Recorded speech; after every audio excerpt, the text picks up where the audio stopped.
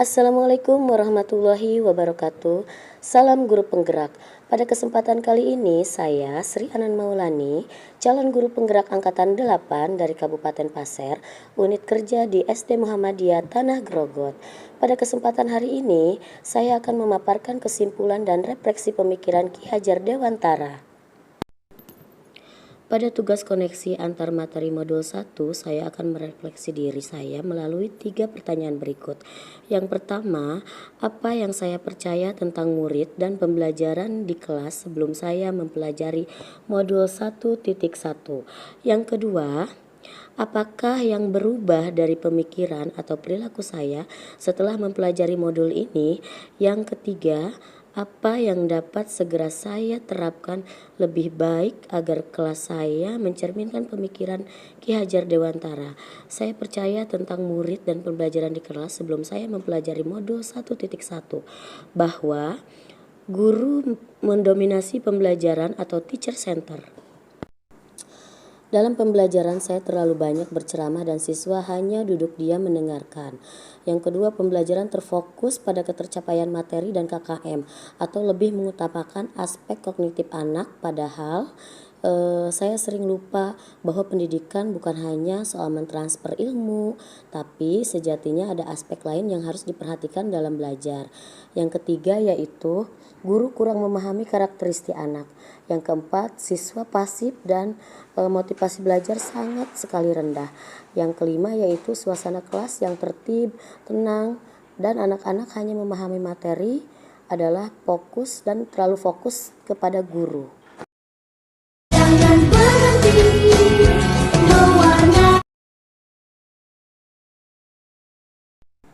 Setelah saya mempelajari modul 1, yang berubah dari pemikiran atau perilaku saya antara lain yang pertama, merubah pemikiran.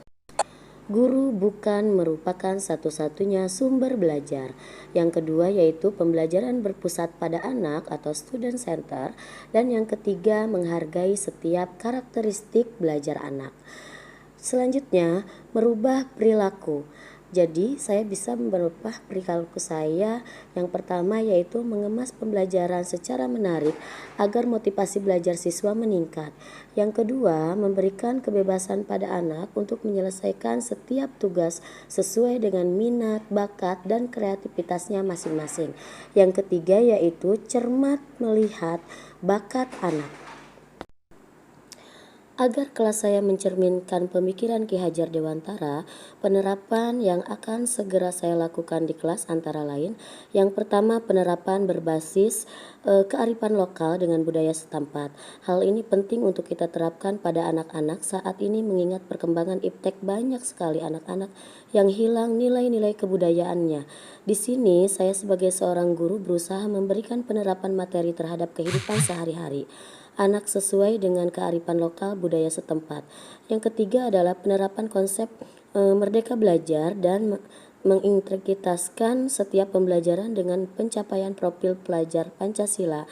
Konsep merdeka belajar mengajarkan kita bagaimana seorang pendidik dapat memberikan kebebasan kepada anak untuk dapat bereksplorasi atas pengetahuannya agar mampu menghasilkan ide-ide kearifan kreatif, inovatif dari mereka dan yang keempat, pembelajaran yang mengutamakan aspek budi pekerti.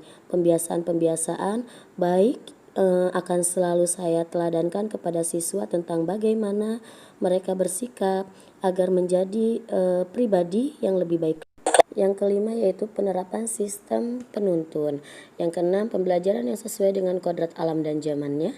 Dan yang terakhir yaitu mengintegrasikan permainan dan pembelajaran. Kesimpulan yang akan saya sampaikan yaitu pendidikan adalah menuntun anak sesuai dengan minat dan bakatnya. Kedua, pendidikan bukan hanya ilmu akademis saja, namun perlu penanaman budi pekerti yang baik. Dan yang ketiga yaitu pendidikan sejatinya adalah berhamba. Demikianlah pemaparan saya tentang koneksi antar materi pemikiran filosofi Ki Hajar Dewantara. Mohon maaf apabila ada salah-salah kata dalam penyampaian. Salam dan bahagia. Wassalamualaikum warahmatullahi wabarakatuh.